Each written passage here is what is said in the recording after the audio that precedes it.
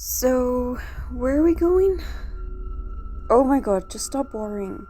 It's a surprise. You wanted something big for the Paranormal channel? Well, here you go. I'm taking you to a place in town that is known to be haunted. We'll get thousands of views. My twin sister Jess is nothing like she pretends to be on our channel. I'm a believer in the paranormal and she is a skeptic through and through. So the fact that she decided now at 11 p.m. that she wants to go on a ghost hunt is not like her.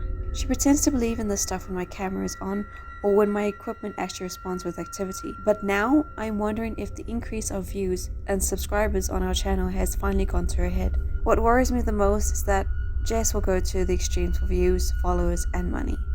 Are you recording yet? Jess asked as she takes a turn into the next street. I sighed and switched on my camera. I held it up so that the camera would point at the road ahead and I hit record. Jess indicated as she turned into a road named Mabel. It was a long road, one that turned into a dirt road halfway. Did you tell Mom or Dad where we were going? I asked. I left a note on my bed in case, she said. But I told them we are going to film. Okay. Leaving notes was something we always did if our parents weren't around or were sleeping. Considering this was a night job, it was the easiest way we could get through to them. I put my attention on the camera again, gained a proper view of the dirt road and the eyes of animals hiding in the bushes on the side of the road. This was going to make excellent footage for the opening of the video.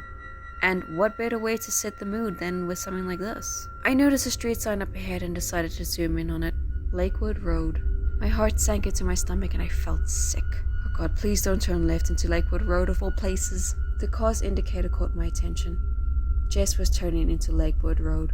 Jess, no, turn back now, I yelled. Jess rolled her eyes. What? Sarah, you're a ghost hunter. You wanted more intense shit for the channel. We promised Mom and Dad we'd actually stay away from this road. People are actually getting mugged and killed here, Jessica. People have been killed here. Besides, we have our tasers anyway, she said as she pulled over. We were already pretty far down Lakewood Road, just like she wanted. Seems like a good paranormal video to me. I put my camera down on the dashboard. What people do you know that died here? I asked her. She shrugged. That family of 5 a few years back. I balled my hands into tight fists.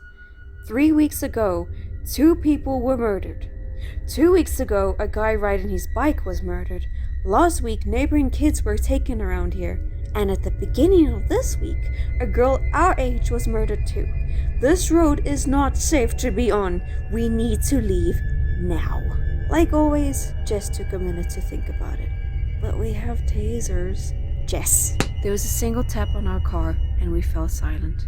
Jess locked the doors. Is that you? She asked. Jess, drive. Now, I instructed. She shook her head. That was probably nothing. Or, she grinned, it's the ghosts wanting to communicate. I looked out my car window and saw darkness. My heart is racing and I'm terrified.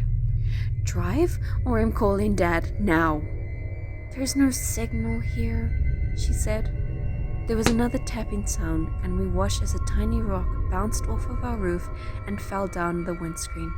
Someone's here, I said. Please drive. This might be the murderer. Jess very quickly put the car in reverse and started to back up. She stopped the car after a few seconds and let out a brief scream.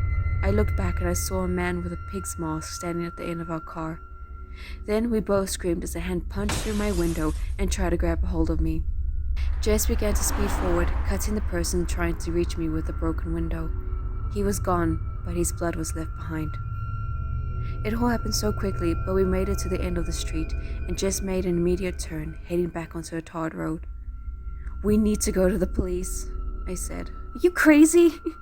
We'll get into so much trouble. I grabbed the camera and I pointed at the blood on my window. We have evidence. We could help stop those people. We went to the police station and our car was taken in for evidence. Our footage was also taken. The blood belonged to a man named Jake Roth, a man who was told 3 years ago that he had a year to live because of his tumor. But he's still alive.